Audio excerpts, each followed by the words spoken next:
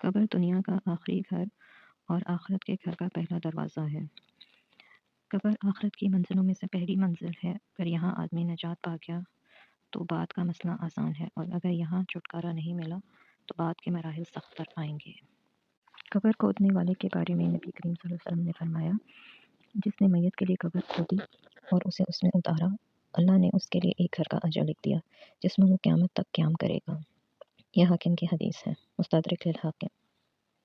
بخاری میں آتا ہے کہ قبر کی دو قسم ہوتی ہیں، ایک لاحد یعنی بغلی قبر اور دوسری شک یعنی صندوق کی قبر، اسے دری بھی کہتے ہیں۔ شک کے انداز کی قبر بھی ضرورتاً جائز ہے، لیکن لاحد جو ہے وہ افضل ہے۔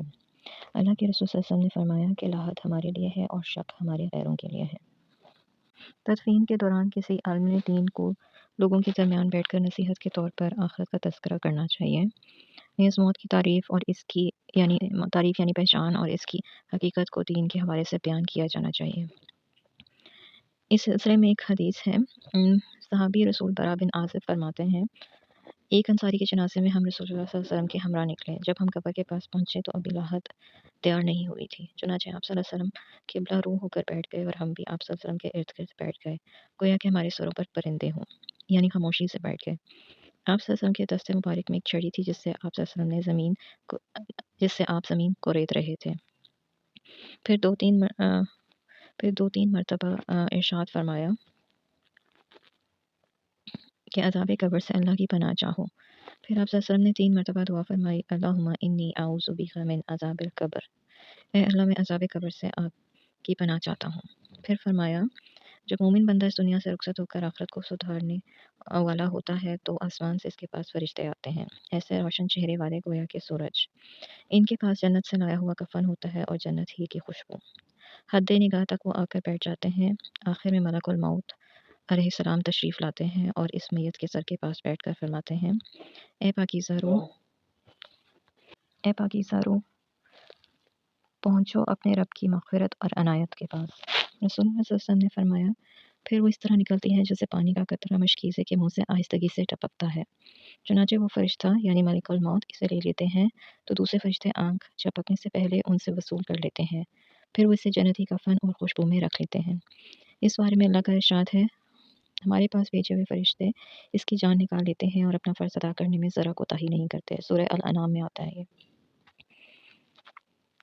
ایک دوسری روایت میں یہ ہے کہ جب روح نکل جاتی ہے تو آسمان اور زمین کے درمیان ہر فرشتہ اس کے حق میں دعائیں رحمت کرتا ہے اور آسمان کے تمام فرشتے بھی اس کے لیے دعائیں کرتے ہیں۔ اس کے استقبال کے لیے آسمان کے تمام دروازے کھول دیے جاتے ہیں۔ تمام دروازوں کے نگران اللہ تعالیٰ سے التجا کرتے ہیں کہ اسے ہمارے پاس سے گزارا جائے۔ اس پاکیزہ روح سے دنیا کی بہترین خوشبو کے لبک کے اٹھتے ہیں۔ پھر جب فرشتے اسے لے کر اور اوپر کو جاتے ہیں تو راستوں میں فرشتوں کی جس جماعت کے پاس سے بھی گزرتے ہیں وہ یہی دریافت کرتے ہیں کہ یہ کس کی اتنی پاکیزہ روح ہے۔ فرشتے جواب میں کہتے ہیں، یہ صاحب فلاں بن فلاں ہے۔ اس کے خوبصورت ترین نام سے یاد کرتے ہوئے جس سے وہ دنیا میں پکارا جاتا تھا، وہ فرشتے سے لے کے آسمان دنیا تک پہنچ جاتے ہیں۔ جب اس کی خاطر دروازہ کھلوانا چاہتے ہیں تو وہ کھول دیا جاتا ہے۔ پھر اگلے آسمان تک اس سے پہلے آسمان کے مقرب ترین فرشتے اسے الوداع کہہ کر آتے ہیں۔ یہی معاملہ 7ویں آسمان تک چلتا ہے۔ اس موقع پہ اللہ کا ارشاد ہے، میرے بندے کا نامہ اعمال بلند پایا لوگوں کے دفتر میں رکھ دو، جیسے کہ قرآن پاک میں بھی ارشاد ہے، اور آپ کو کیا خبر کیا ہے وہ بلند پایا لوگوں کا دفتر، ایک لکھی ہوئی کتاب ہے جس کی نگہداشت مقرب فرشتے کرتے ہیں۔ سورہ المطففین۔ اس کا اعمال نامہ بلند پایا لوگوں کے دفتر میں رکھ دیا جاتا ہے۔ پھر اللہ تعالیٰ فرماتے ہیں، اسے زمین تک واپس پہنچا دو، میں نے ان سے وعدہ کیا ہوا ہے کہ میں ان کو اسی زمین سے پیدا کیا ہے، اسی میں واپس کروں گا اور اسی میں ان کو دوبارہ اٹھاؤں گا۔ پھر اسے زمین میں واپس کر دیا جاتا ہے، اس کی روح دوبارہ جسم میں ڈال دی جاتی ہے۔ اس کے پاس تو فرشتے آتے ہیں، وہ اسے سخت انداز میں حکم دے کر بٹھا دیتے ہیں۔ پھر دونوں کے اس طرح کے سوال و جواب ہوتے ہیں دونوں کے درمیان میں۔ وہ سوال کرتے ہیں، من ربک، تیرا رب کون؟ وہ جواب دیتا ہے، ربی اللہ، میرا رب اللہ ہے۔ وہ سوال کرتے ہیں، ما دینک، تیرا دین کیا ہے؟ وہ جواب دیتا ہے، دینی الاسلام، میرا دین اسلام ہے۔ وہ سوال کرتے ہیں، ما ھذا الرجل الذی بعث فیکم، جو آدمی تمہاری طرف مبعوث کر کے بھیجا گیا تھا، اس کے بارے میں کیا خیال ہے؟ وہ جواب دیتا ہے، هو رسول اللہ صلی اللہ علیہ وسلم، وہ اللہ کا رسول ہے۔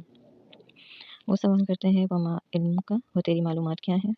وہ جواب دیتا ہے، قرأت کتاب اللہ فآمنت بہ وصدقت، میں اللہ کی کتاب پڑھی ہے، میں نے پھر اس پر ایمان لایا اور تصدیق کی۔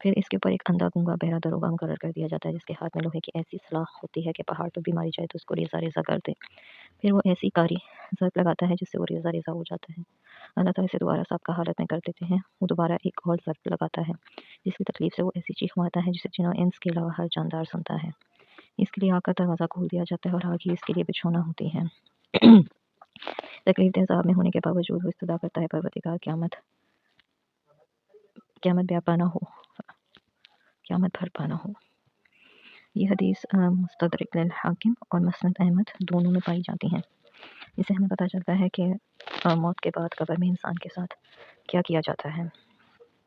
ہم میں سے بہت سارے لوگ اس کے بارے میں علم رکھتے بھی ہوں گے اور بہت سارے لوگ اس کے بارے میں علم نہیں بھی رکھتے ہوں گے، لیکن یہ جاننا بہت ضروری ہے کہ موت کے بعد انسان کے ساتھ کیا سلوک کیا جاتا ہے۔ تدفین کے بعد کچھ دیر وہیں ٹھہرے رہنا اور میت کے لیے استغفار اور قبر میں منکر نکیر کے سوالات پر ثابت قدم رہنے کی دعا کرنا مسنون ہے۔ سنن نبی داؤد میں یہ دعا آتی ہے۔